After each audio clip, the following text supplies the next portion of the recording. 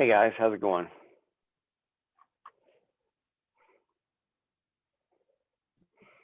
Good.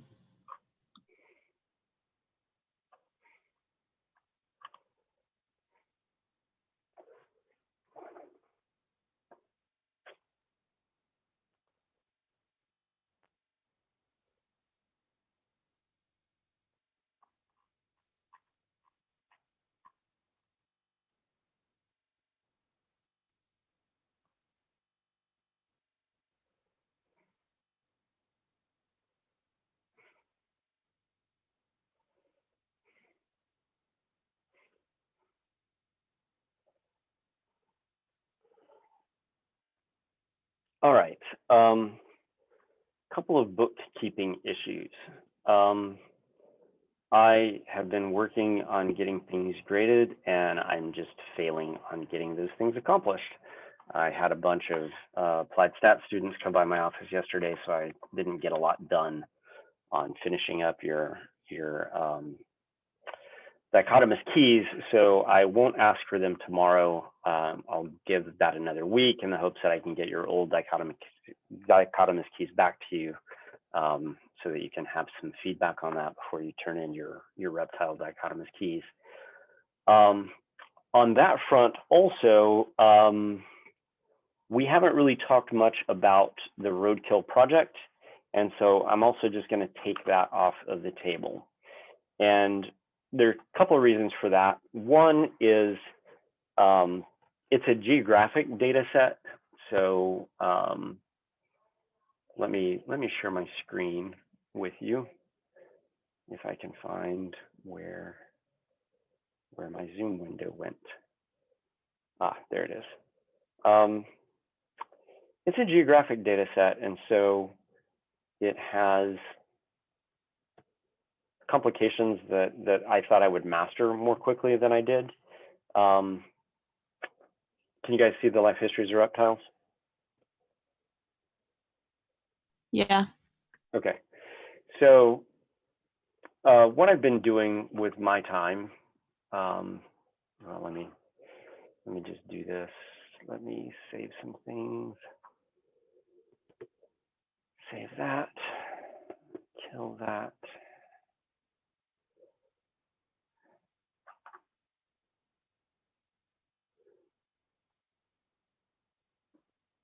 So just to give you a sense of what I do with my time when I'm not hanging out with you online or in lab is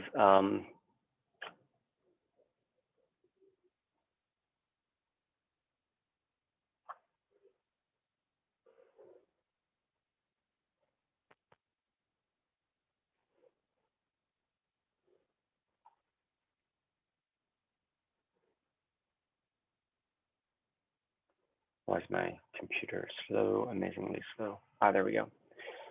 So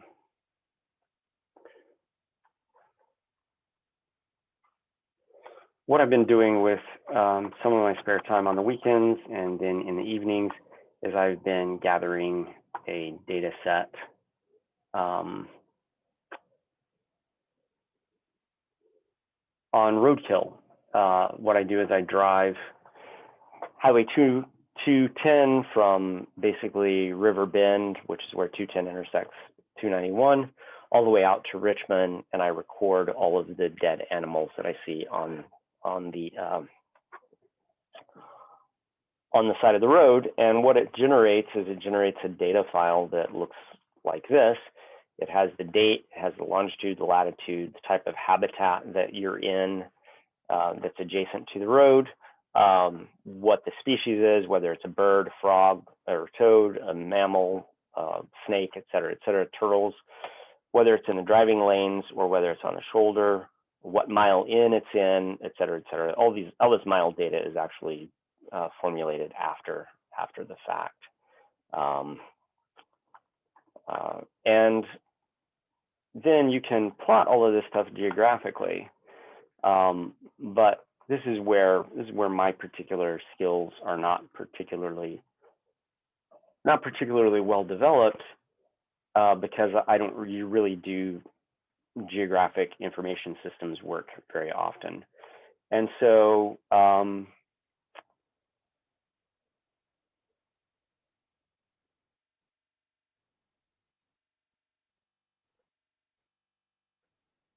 There we go. So, for example, here is what the map looks like in crude form. It's about 700 observations, and so it's taking my computer an incredibly long time to render things.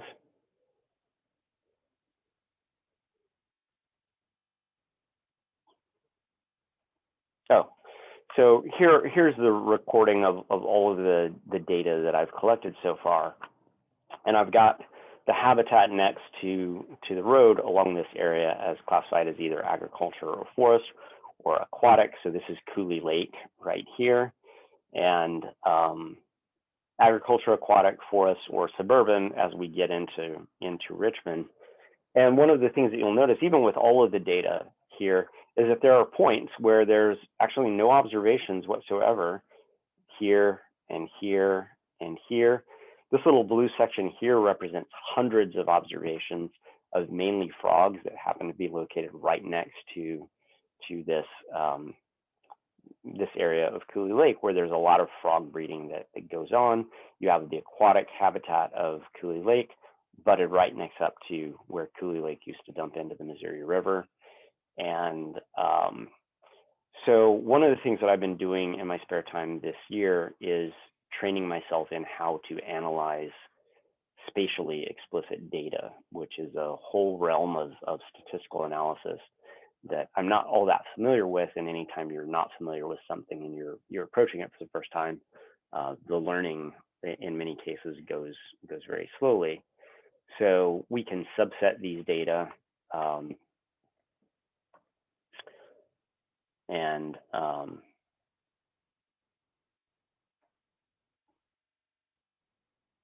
what is wrong? Oh, that's what's wrong. So that we can look at individual taxonomic groups. So we can, for example, look at all of the mammals, and we can see that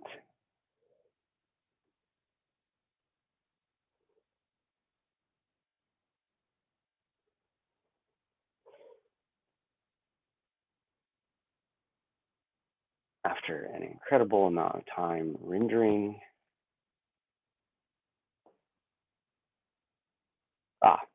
so we can see that there are fewer mammals overall, 225, I think, mammal records.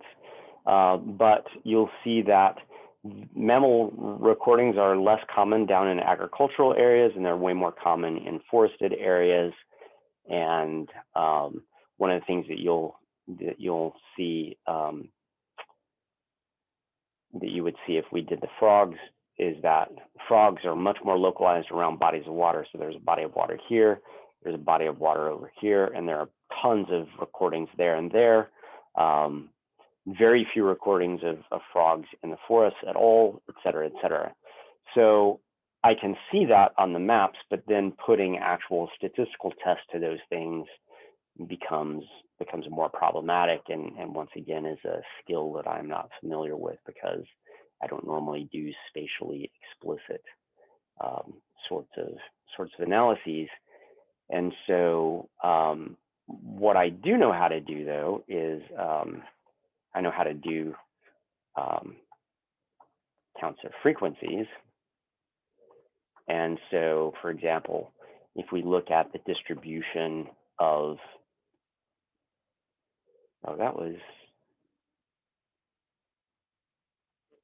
that's by date.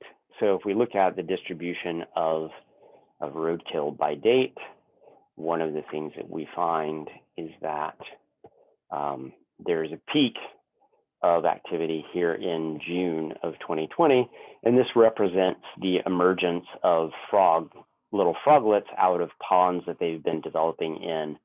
They were laid in those ponds back in April, and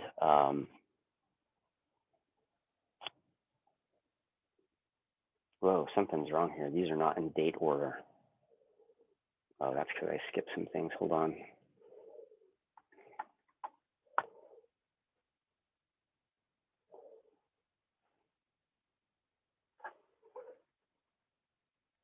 That is still not right. This was working last night.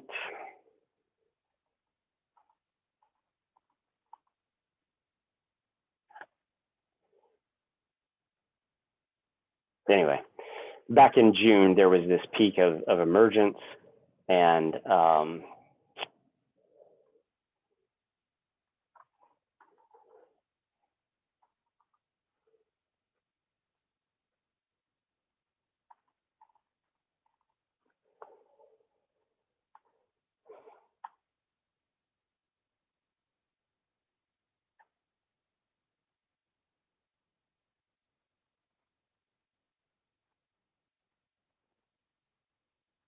hold on.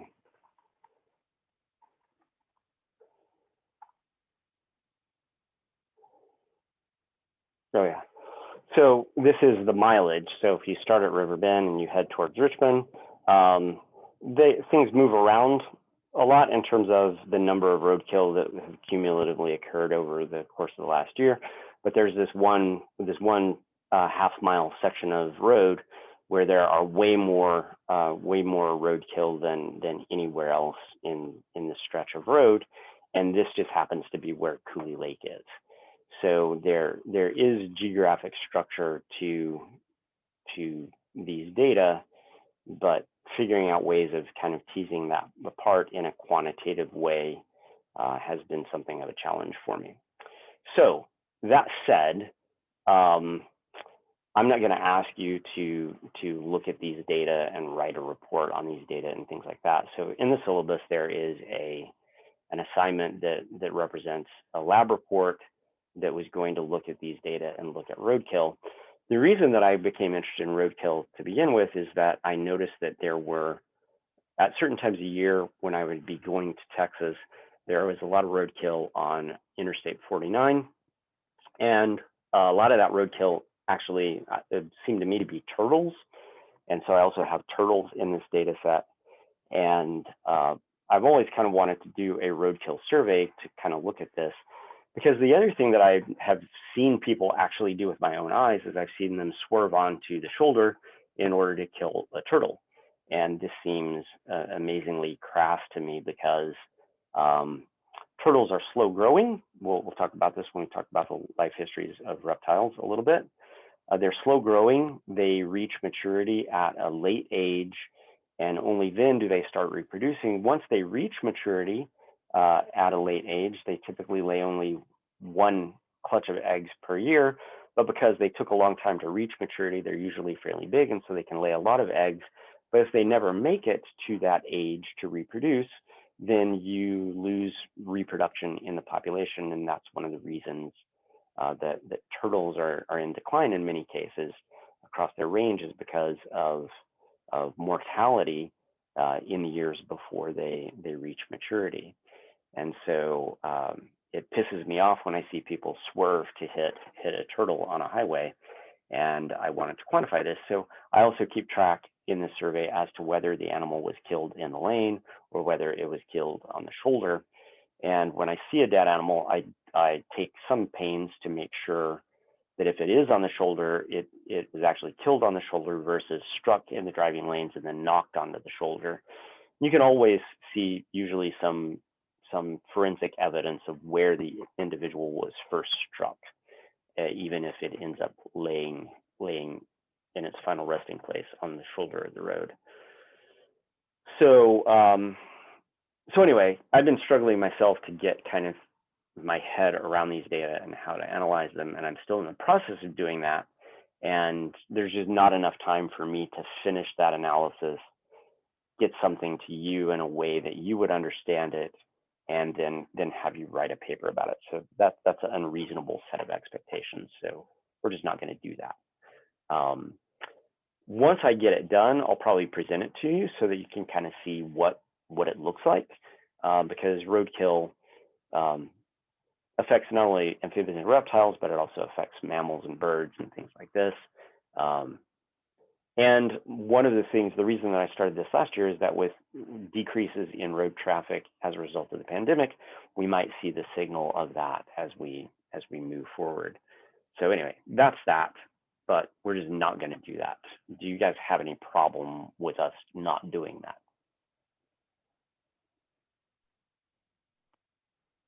Absolutely not. Nope. Okay, all right, good. I don't want you to feel like I've cheated you out of your education in any way. So anyway, once I have something a little firmer, I will present it to you so that you can have that as information that I think is interesting, but it's just not ready for prime time yet. So those are the two logistic things that I wanted to talk to you about. Any questions about those?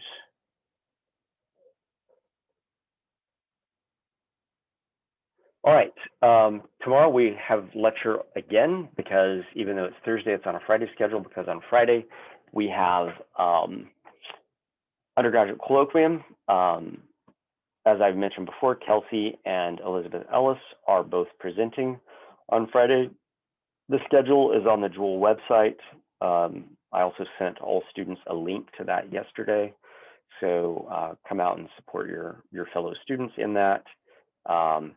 It's going to be a weird colloquium because it is online, and I recognize that the last thing we want to all be doing is sitting on Zoom calls, listening to people talk at us. But that is the nature of the beast until we are through this. Next Tuesday, I believe, is the 27th, and that is the second stage of vaccination. So hopefully you got an email about that and are going to go and get vaccinated. Today, what we're going to do is we're going to finish up talking about life histories of reptiles, and then we're going to move into talking about locomotion. The chapter on locomotion, I have a lot of video clips embedded in the PowerPoint. So there's going to be a lot of me pausing recording and then starting recording back up, because there was a video earlier in the semester that YouTube rejected because it had some copyrighted video in it from the BBC. So I'm just going to try and nip that in the bud at the beginning and just not record any of the video. All of the video links in the PowerPoint are active. So if you download the PowerPoint, you should just be able to click on the link in the PowerPoint and it will take you to the video. Because when you're talking about locomotion, it's nice to actually see the kinds of locomotion that we're talking about in action in order to kind of cement that in your head. So just expect that if you go back and look at the video, it's going to be a little disjointed today. Should be one continuous video, but it's going to have these weird breaks in it. All right. Any questions about life histories up to this point?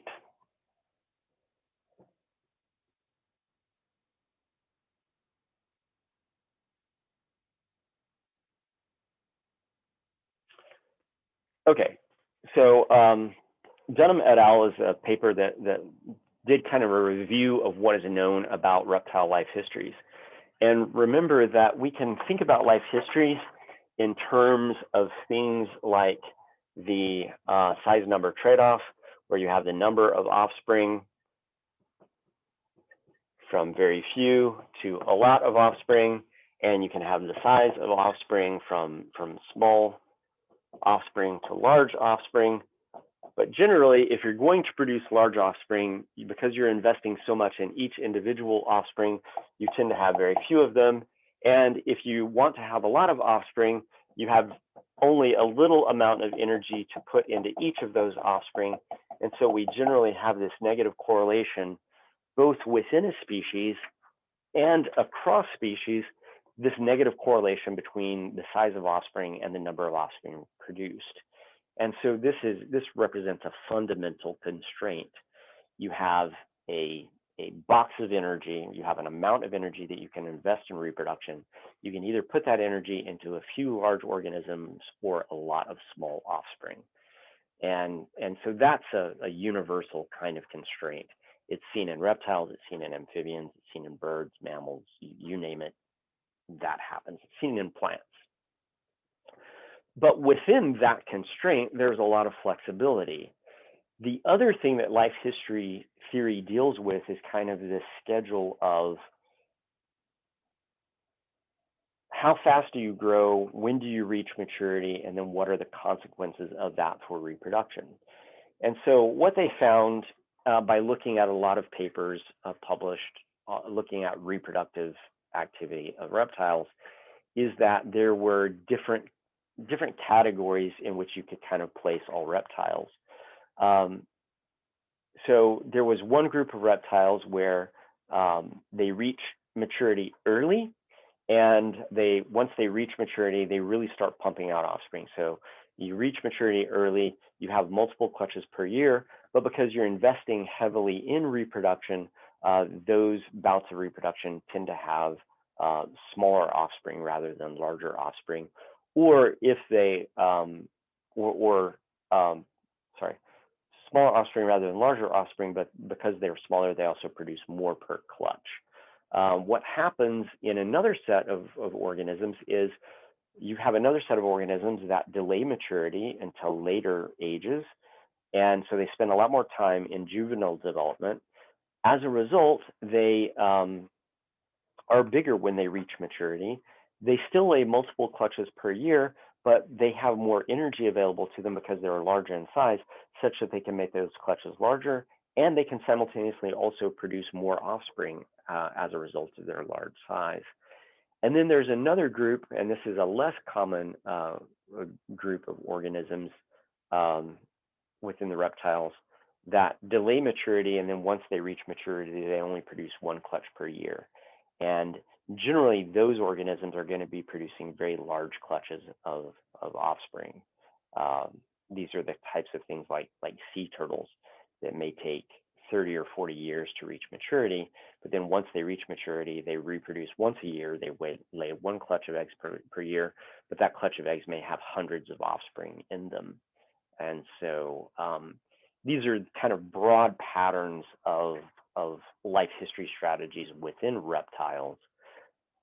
But within all of this, there is still this general negative correlation between the size of offspring and the number of offspring that you have.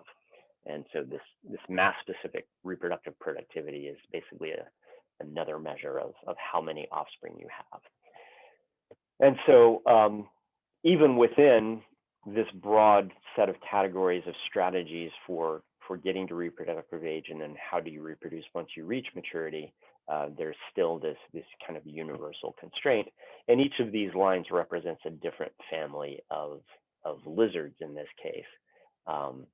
And you see that all of these slopes are negative, with the possible exception of the teiids, which may not be significantly different from a slope of 0, but all the rest of these are negative slopes.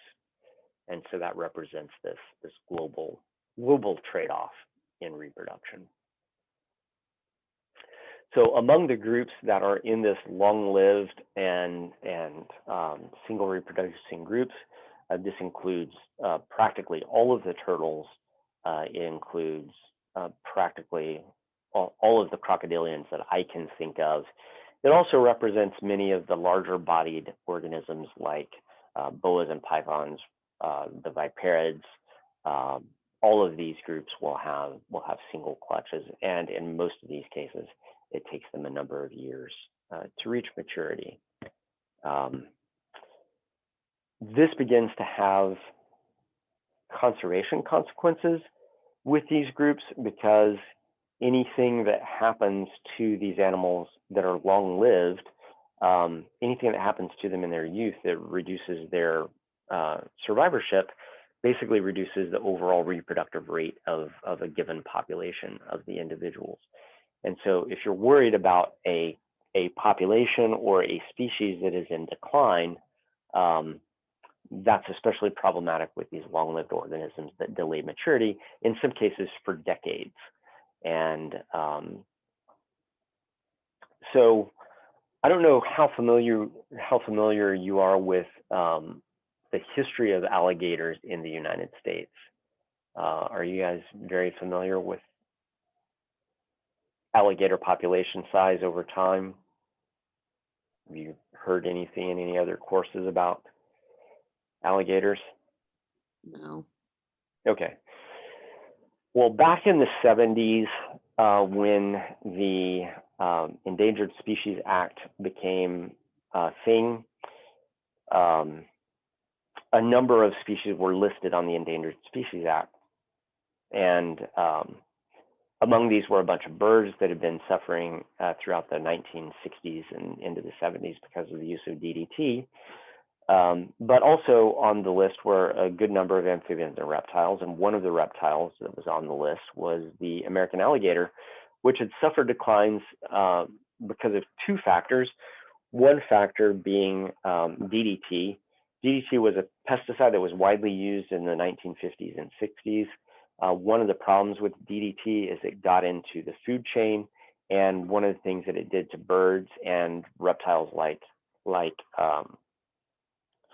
crocodilians is it messed with calcium mobilization. And so birds were laying really thin-shelled eggs such that when they went to incubate the eggs would crack, and the act of incubating eggs would essentially kill the offspring by cracking the eggs, because DDT interfered with the ability of the mother to essentially mobilize calcium in a way that would get the mineral layers of the egg, which we talked about earlier, build up those mineral layers to make that structure rigid. And so we lost a lot of baby birds as a result of that. They outlawed the use of DDT and put many of the birds that were being affected by this on the endangered species list. And over time, these birds have bounced back. Bald eagles were one of the birds that was affected by this. And now bald eagles are relatively common in the United States, whereas they were relatively rare when I was a kid growing up. But another group that was in this category was alligators, and they had problems due to things like pesticides, but also due to the fact that they were commercially captured. And so people eat alligator they capture alligator for the meat, and they also capture alligator for the skins. And I don't know, have you guys ever been alligator hunting? No. Okay, that's a resounding no. Okay, so the way you hunt for alligators is you can go out in a boat at night with a spotlight, and you can just have a shotgun and shoot them. That is one way, although in most states that is not a legal way of doing it. In most states, what you do is you go out to a creek or a pond or whatever you are, and you find a branch that overhangs the water, and then from this branch you hang a hook, a stout metal hook. And on that hook, you skewer a chicken, typically is what you use. And then what happens is an alligator comes along. He's got legs and a long tail. And what he will do is when he sees that chicken hanging on a hook, is he will dive down, and then he'll come up and using his tail as propulsion, he will push himself out of the water, and he will grab on to that chicken, and in the process of doing that, he will impale his skull on that hook. And then you come by and you check your alligator traps day by day. And when you find an alligator stuck on your hook, hopefully dead, you pull it off of the hook and you take it back and you process it for meat, and you tan its skin, and you sell the meat and you sell the skin. And this is the kind of standard way of collecting alligators that you don't care if they're alive or not. Capturing live alligators is a different process. But hunting was widespread throughout the southeastern United States, and there were very few regulations on the hunting of alligators. When the Endangered Species Act came into effect and they were on the list, that basically put an end to alligator hunting. And as soon as you got rid of alligator hunting, their populations responded really well. Their populations bounced back within a decade, really, of hunting being outlawed on them. And then as their populations grew, states began to see alligators becoming more and more abundant. And as a result of that, there was less and less justification for keeping them listed at a federal level or a state level. And there were fewer and fewer reasons to restrict hunting. And so as they became more abundant, states began to make hunting legal again, but the hunting was considerably more regulated. So the way they regulate hunting for alligators is because they know that they're long-lived and it takes them a certain amount of time to reach maturity before they can even start reproducing.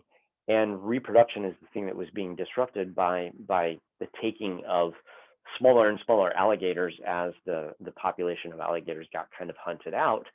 And so you can calculate how tall, how high above the water surface to place your hook, such that only alligators of a certain size can reach the hook.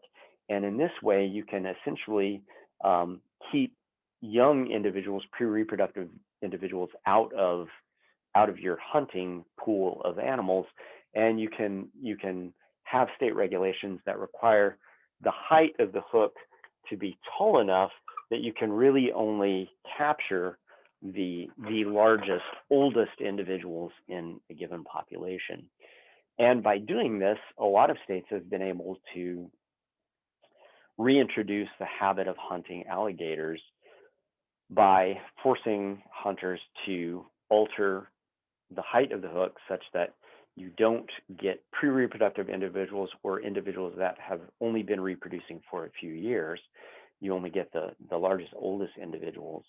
And that has actually led to the ability to reintroduce hunting while also maintaining alligator population sizes. But once again, this all came about by learning about how long does it take an alligator to reach maturity, what is the size at which they reach maturity, what's their reproductive output over the course of their reproductive lifespan. All of those things come into play when biologists at state agencies that regulate things like alligator hunting then set, what is the size of an alligator that you can take. In the same way that we do the same thing with fish populations. There are always limits on the number of fish of a particular species that you can take, and those fish have to be a certain size or greater in order for you to keep them and take them home and fry them up in your frying pan. These are, once again, all based on a detailed knowledge of the life history of organisms so that you can ensure that fishermen can continue to fish, but they're fishing in a way that doesn't remove all of the reproductive individuals from the population and allows that population to continue to replace itself over time. So you might think of life history theory as sort of an esoteric idea in ecology, but the fact of the matter is, for managing populations of wild organisms that are commonly used by humans for one purpose or another, knowing the life history of organisms is actually really pretty important. So that is that, a little vignette about alligators. Questions?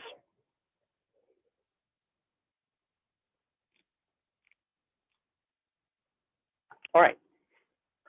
The locomotion PowerPoints should be up on Moodle. I put them up last night.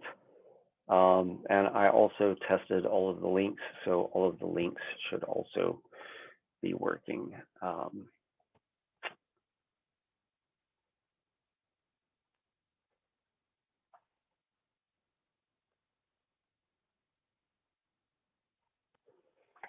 All right. Locomotion should be relatively straightforward as a chapter because a lot of it is actually just simple physics. So if we begin with the physics of things, we basically have, this is the hind limb of a lizard. We basically have the structure of the leg is arranged such that muscles will cause the leg to extend itself. But when you look at lizards, when you were looking at lizards in the lab, one of the things that you would find is that oftentimes the hand of the lizard was very long. Oftentimes a relatively short base of the hand with the carpals and the carpals and metacarpals, but then the fingers were in many cases very long on the hand. So you see these long toes sticking out here. Well, the reason for those long toes is that forms essentially a lever. Moving these long toes at the back end causes a lot of movement of the toes on the front end. So there's the idea of a lever going on here, such that when you pull with, for example, the gastrocnemius muscle on the back of the tibia here. When that pulls on the calcaneus, which is the big bone of the heel, that is then attached to the toes through the metatarsals in this case. That small pull on the base of the calcaneus results in a large movement at the tips of the toes, and so you use that lever to move the tips of the toes a lot with a very little movement of the short part of the lever back here. And ultimately what this does is it essentially applies two forces. One force is a force moving the animal forward, but another force is a force that moves the animal in a vertical direction, so that the resultant vector is in this diagonal, moving both up and forward. And so this is just kind of how physics works in terms of moving an animal forward. Inevitably, when you move an animal forward, you also move it vertically. Any of you ever run track?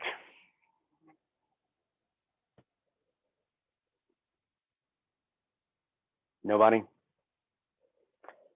Well, if you ever run track, or if you ever run for a hobby or anything, one of the things that if you get any coaching that they will try and train out of you is to become a less bouncy runner.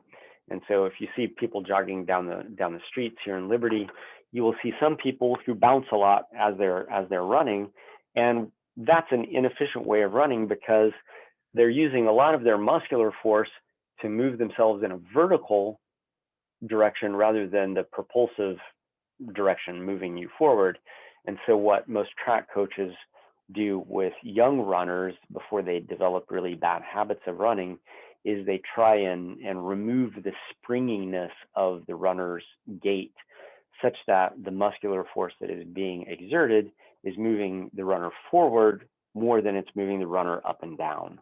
And when you can develop that gait that is smoother, it ends up putting more of the muscular force into the propulsive portion of the vector rather than the vertical portion of the resultant vector. And then that just makes you faster ultimately. But the same physics that govern human runners also govern the movement of lizards and frogs.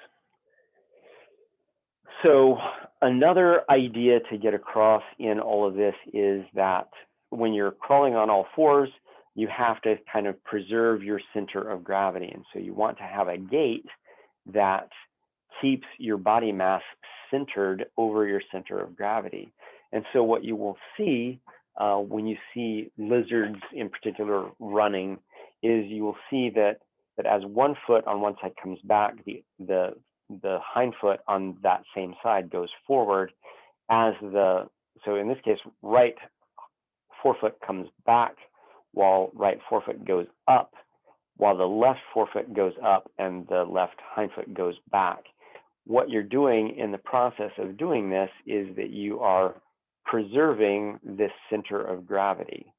So when you have the limbs moving in opposite directions on one side of the body and then moving in the opposite directions on the other side of the body, you preserve the center of gravity within this triangle of these limbs. If you have both limbs moving in the same direction on the two sides of the body, you take the center of gravity out of that triangle. And you'll notice this when you walk. All of you get up and walk around your room for a minute and pay attention to the movement of your arms and the movement of your legs.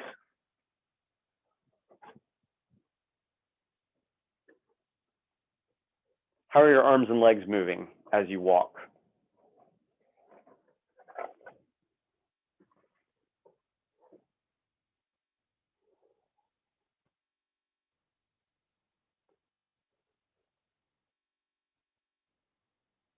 Are you guys there? Yeah, they move like oppositely, like you were talking about. Yeah, so when you put your left leg forward, you put your, let me make sure that I'm saying this right. Yeah, when you move your left leg forward, your right arm moves forward. When you move your left leg back, your right arm moves back. so the two sides of your body are operating in opposite directions. Now get up and forcefully try and make yourself walk where your left arm follows your left leg movement and your right arm follows your right leg movement.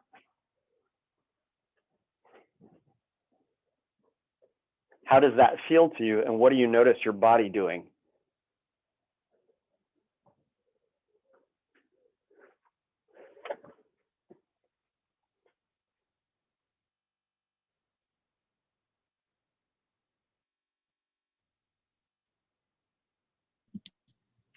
Well, your body's like resisting that movement. Yeah, so it feels uncomfortable to you. The other thing you'll notice is that your body is rocking back and forth more than when you're walking with a normal sort of gait. And so once again, even though your center of gravity is pretty centered because you're standing upright, while you're moving, you have the opportunity for your center of gravity to get off kilter. And the thing that preserves your center of gravity is the fact that you're moving your limbs, your hind limbs and forelimbs in opposite directions as you walk. And so the same thing, once again, that is true of humans' gait is true of the gait of a lizard. And so maintaining the center of gravity is important as well. So you can think of any of these movements of any of the joints on an animal in terms of a set of levers. And these levers are ultimately being activated by muscles. And so you can think about an out lever versus an in lever, that the in lever is the short part that's being pulled upon in this case, and the out lever is the part that is going to move. And those things, what makes the out lever and the in lever is essentially the position of the fulcrum. And so in this case, you have the fulcrum at the ankle. So this is the case where we were talking about with the lizard leg. And the gastrocnemius muscle is going to be pulling up on the calcaneus. That calcaneus then basically forces this out lever to move. Because the calcaneus is really short, short movements of the calcaneus result in big movements on the, in this case, the metatarsals and the toes. And so depending on the kind of lever arrangement you have and whether or not you have force being applied on the in lever on the opposite side of the fulcrum versus being applied to the in lever, where the in lever is on the same side of the fulcrum as the out lever, that results in different kinds of forces that can be generated. This is a very strong force. This is a weaker kind of force. But this is the kind of force that, for example, closes the jaws of things like alligators and lizards as well. Here you have the adductor mandibular muscle that is pulling up on the jaw. And in this case, because it's pulling up on the jaw, this actually ends up being a relatively strong lever action, but it's strong because that's a really big muscle and it's pulling over what is a pretty stout out lever. Whoa, go back.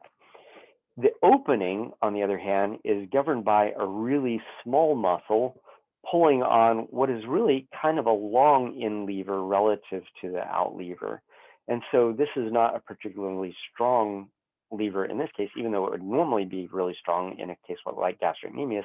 But your gastrocnemius muscle is really huge. You can feel your own calf muscle. Has a lot of muscle mass back there to pull up on your ankle bones. So in something like an alligator or a lizard, you have large muscles pulling on the in lever on this side of the fulcrum. You have small muscles working on the in lever that is on the other side of the fulcrum. As a result, there's not a lot of force to open the mouth, but there is a lot of force to close the mouth in this case. If you ever go alligator collecting and you're collecting live alligators, the way you typically do this, and I did this when I worked at a zoo when I was in graduate school, you are in a boat. This sounds It sounds crazy as I tell it because it was actually kind of crazy. You're in a boat, typically a John boat, a flat bottom boat. There's a motor at the back end. And in this John boat, there's a long platform. And this long platform you are essentially kneeling on. So you're kneeling here, your waist is here, your body is here, your head is here, your arms are here, your feet are down here.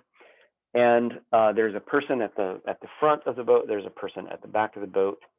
You spotlight the alligator, and so you have a spotlight, you do this at night.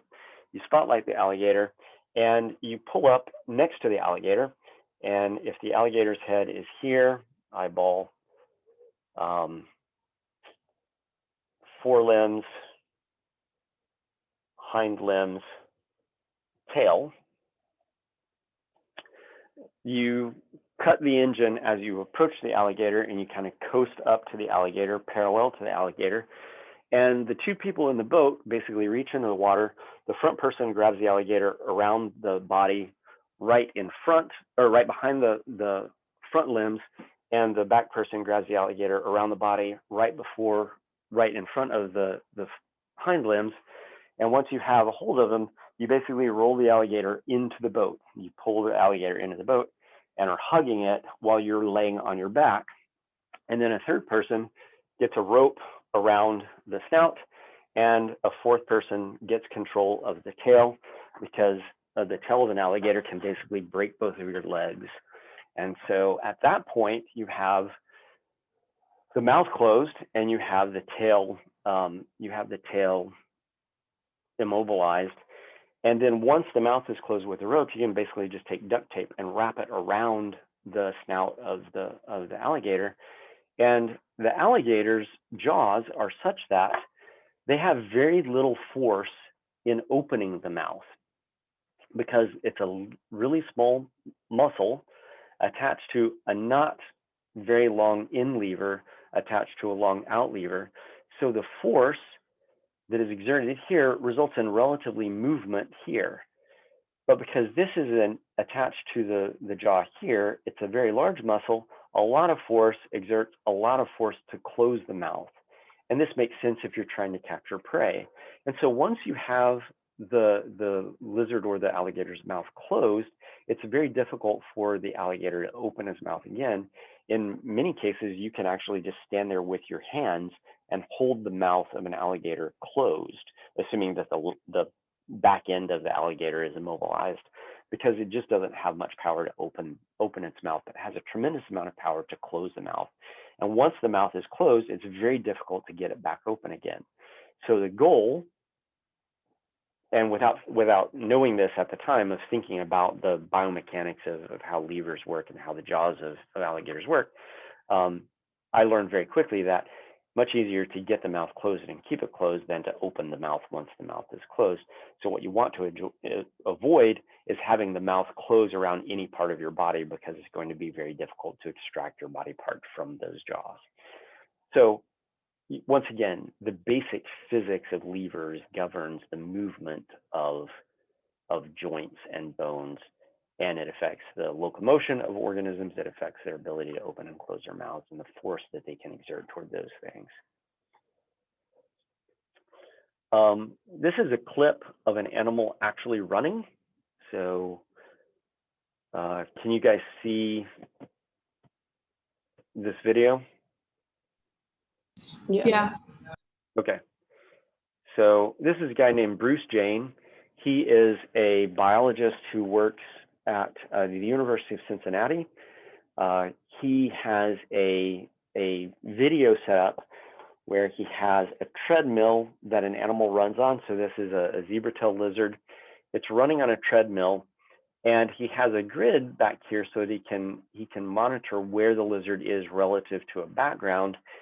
He knows what speed the treadmill is running because that's controlled by a computer, and he has a high-speed videography system set up such that he can make films of the animal as it runs, and there's a mirror above the animal such that he simultaneously films the animal from the side and also looking down on the animal. And in some cases, he runs them down and he just marks where the different joints are. So the knee joint versus the ankle joint versus the end of the toes. But in some cases, he'll actually have electrodes that are inserted into the muscles so that he can monitor which muscles are being active at which points in the stride of these animals. And so he's interested in the biomechanics of locomotion, and he's interested in how different organisms go through the process of locomoting. And he's especially interested in lizards because a lot of lizards just constantly run around on all four limbs, but there's a subset of lizards that will become bipedal. So zebra-tail lizards, colored lizards, basilisk lizards. I don't know if you've ever seen videos of basilisk lizards. These are these lizards with amazingly long toes, and they get running on their hind limbs so fast that when they hit water surfaces, these long toes are pushing against the water surface, and they can basically locomote across the surface of rivers. They're referred to in some places as Jesus lizards because they can run on water. And so this is just an image of a lizard doing bipedal locomotion. And when a zebra-tail lizard starts out, it's running on all fours, but there comes a point where it builds up enough speed that the front legs just can't keep up any longer. And what the animal will do is they'll pick those front legs up off of the ground, use the back legs to propel himself, and those front legs will just kind of flatten against the side of the body, and then it just kind of takes off running on its hind legs. And this is a video of a zebra-tail lizard doing this. This is a lizard that occurs in the desert southwest of the United States.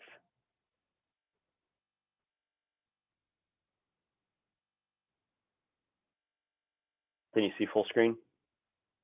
So you can see it's running on all fours, and as it builds up speed, well, let's pause this. You can also see that the thing that we talked about before, the left limb going up while the left hind limb going up while the left forelimb comes back, while it's extending both of the limbs in the right-hand side.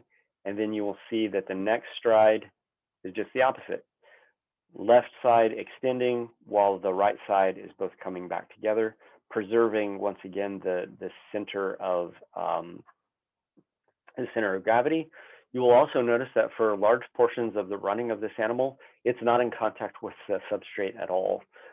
So each individual stride propels this animal to the point that it is literally flying through the air at times. Look at that. Up, off the ground, off the ground, off the ground.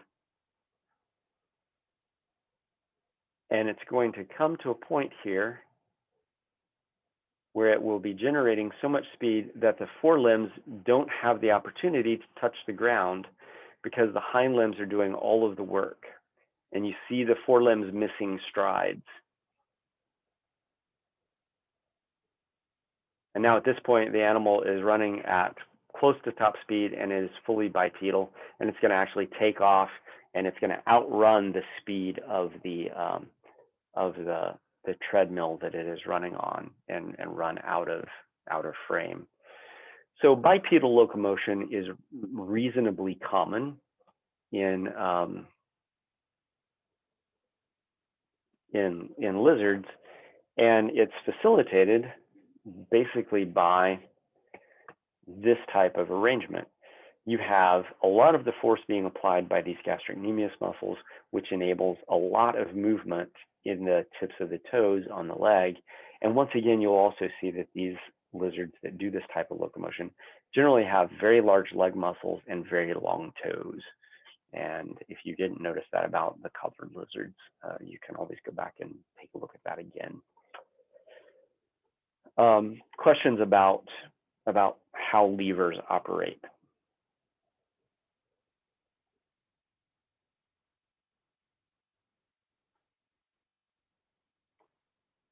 Okay, basic physics of locomotion work for humans, they work for lizards, they work for turtles. All of these same rules apply to any group. So when we think about center of gravity, those same ideas can be applied to turtles and tortoises as well. Frogs represent a special case of locomotion because they typically don't run as much as they hop, But once again, the biophysics are all the same.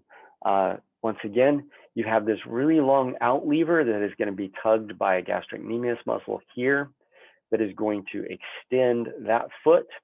And that foot is going to be one of the main things that results in the jumping motion of the frog. But one of the things that you will also notice, so what this diagram is doing is it's breaking up the frog into the various portions of the body: the head, the trunk, the femur, the tibia fibula that are fused. Remember that the tibia fibula is fused in this species, or in this group of individuals, the frogs and toads, and then the foot. And the process of jumping involves total extension of the body. And it begins by the extending of the head, trunk, and the upper levels of the leg while the foot is still attached to the ground. But then that final portion of the jump then extends the foot. And so you have what was a frog that is all coiled up on itself to a frog that is fully extended. And so it isn't just the muscles attached to the foot, but it's also the muscles attached to the femur and the tibiofibula, as well as those attachments where they attach to the trunk, that is basically causing the animal to go from kind of coiled up to fully extended. And it's those simultaneous forces that enable frogs to jump in the way that they can. And as you guys saw last week in lab, frogs are very good jumpers in most cases. And the frogs that you guys were trying to catch were either cricket frogs or chorus frogs, and they are long-legged for their size, and they're not particularly heavy-bodied, and as a result, they're quite adept at jumping away from you, as you observed last week in lab. The heavier body the frog, the less adept they're going to be at jumping, because they're trying to propel a greater and greater mass through whatever muscles they have in their legs. Now, heavier bodied frogs will also have heavier muscled legs, but there does come a point where the mass of the body becomes too much for the legs of the muscle to do much with. And so, for example, toads are amazingly heavy bodied relative to their leg size, and their hopping is considerably less efficient than the hopping of a ranid frog or a pseudacris or something like that. So that's the mechanics of frog jumping. And then there's the whole issue of snake locomotion. And snake locomotion is complicated because there are no limbs to grip the substrate with. All of the grip of the substrate is done by the ventral belly scutes that occur on the underside, the belly scales that occur on the underside of the animal. And the serpentine motion is accomplished because there are a lot of vertebrae. As a result of a lot of vertebrae, the spine, the trunk of the animal is very flexible. It can move back and forth a lot. But the thing that facilitates that movement is not just the structure of the vertebra, but also the complex arrangement of muscles that interact with the ribs and the vertebrae. And so one of the things that you will see is that all of the trunk muscles of the body of a snake have these little arms that extend off of the main trunk of the muscle. And each of these arms basically go between the various ribs. And so this muscle will attach to this rib, this muscle will attach to this rib, this muscle will attach to this rib. And so within an individual muscle, there are all these muscular branches. Each muscular branch goes to a rib. As a result of that, the snake has a lot of control over the forces that are pulling on any individual rib at any particular time. And the coordination of all of these segments of these muscles is what basically leads to this graceful serpentine motion. And so you can see that these muscles are interconnected with one another, and they are also articulating with individual ribs, and that's what leads to this serpentine motion that we think about. And when a snake is slithering, the snake is slithering essentially by finding stationary points that it is then pushing its body against. And so a snake pushes against this stationary body, and as it pushes, it's exerting force forward and force laterally, which then moves the snake in this direction. As it's pushing on this side of its body, it exerts force forward and force laterally, which pushes it in this direction. And so most snakes that you see slithering, and you can feel this when you hold a snake, it's pushing against your hand to try and slither out of your hand. But in order to do this serpentine motion, you have to have stationary objects to push against. And so this is just a snake navigating its way through a board that has a bunch of dowels stuck in it. And it's essentially showing you that when it's in front of the dowel, it's pushing back against the dowel. When it's to the side of the dowel, it's pushing against the dowel to the left. And those things then propel the snake forward to the right. And even when it looks like a snake isn't pushing against a solid object, if it's engaged in serpentine motion, this undulating serpentine motion, it's finding stationary points of contact that it's pushing against.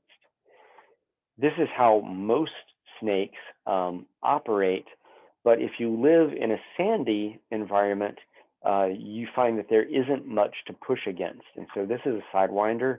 This is Crotalus cerastes from the desert Southwest. It lives in sandy environments, and it engages in what is known as sidewinding. The common name of this animal is the sidewinder. And the way this operates is that the snake basically uses contacts at the back of its body to allow it to raise its head up off of the sand and thrust its head forward. Once the forward portion of the body has hit the sand again, it then uses that anchoring point to pull the rear body up. And then once the rear body has caught up to the head, it then uses an anchoring point, a contact point at the rear of the body to once again thrust its head forward. And so you get this animal is not moving forward as much as it is moving side to side. And the reason that it does this thrusting of the body forward off of the sand substrate is because the sand substrate doesn't really provide a hard contact that this animal can push against. And it results in these very stereotypical tracks. And you can see that the animal is moving forward, but as it moves forward, it's also moving laterally because of the nature of sidewinding locomotion. And then this is different from rectilinear locomotion. Rectilinear locomotion is a form of locomotion where it essentially stretches certain portions of the body and contracts other portions of the body such that the animal moves smoothly forward without any serpentine sort of motion. And these fixed points are basically provided by the belly scutes. The belly scales are capable of gripping into the substrate. And I believe on the next, we'll finish with this. On the next slide here, we have a set of videos. So rectilinear movement is very easy to see. And in this particular video, you can watch, this is usually done by heavy-bodied organisms. You can actually see the movements of the scales that correspond to the movements of the interior parts of the body. And what it's doing is it's stretching some portions of the body up against a fixed point, and then it's pulling other portions of the body up behind it. So stretch up, fix the point, pull up from the back, stretch up, fix point, pull up from the back, over and over and over again. And then this animal is just smoothly moving along. So this is a close-up of, I believe this is a boa, but we can also then look at an animal that looks like it's moving with rectilinear motion, but if you look carefully, it's not, and I'll explain why it's not. This is a gopher snake, and what you can see is it's moving kind of in a straight line, but you can see that there's a little, let me stop this. You can see that there's a little joint in it right here. There's a little joint in the body here. There's definitely a joint in the body here and one here. what is happening with this gopher snake is there's something on the ground right there that it's able to grip against, and it's pushing against it, propelling the animal this way. It's pushing against something here, propelling the animal this way. Here, it's actually anchored against this plant right here. And you can see that even though it's moving in a relatively straight line, it's really a crooked line where here is a point of contact, here is a point of contact, and here is a point of contact. And you'll see that those points of contact don't move as this animal is propelling itself forward. So this is just really slow serpentine movement. And once it loses contact with that plant, you will see that this point of contact becomes more pronounced in terms of the angle, because it's no longer anchored back here at this plant. Once again, indicating that this is not rectilinear movement, it's actually just serpentine movement with really widely spaced contact points. And then the final video here, this is a really good video of rectilinear movement. The unfortunate thing is the person taking the video was really shaky.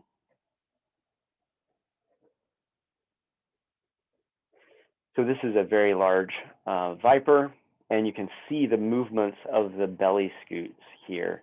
And it's not pushing against anything, it's just moving fluidly across the surface with no contact. You see how the body is relatively straight. Even when it comes up against a little rock, it doesn't really use it for serpentine motion.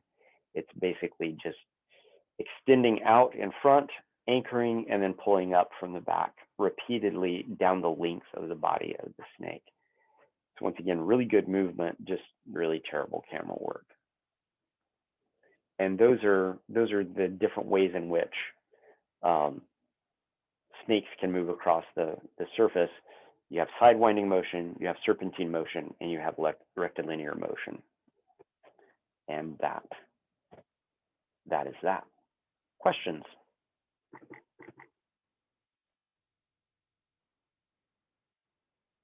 All right, then, we're done for today, and I will see you guys tomorrow morning. Read the chapter on locomotion if you have not started that already.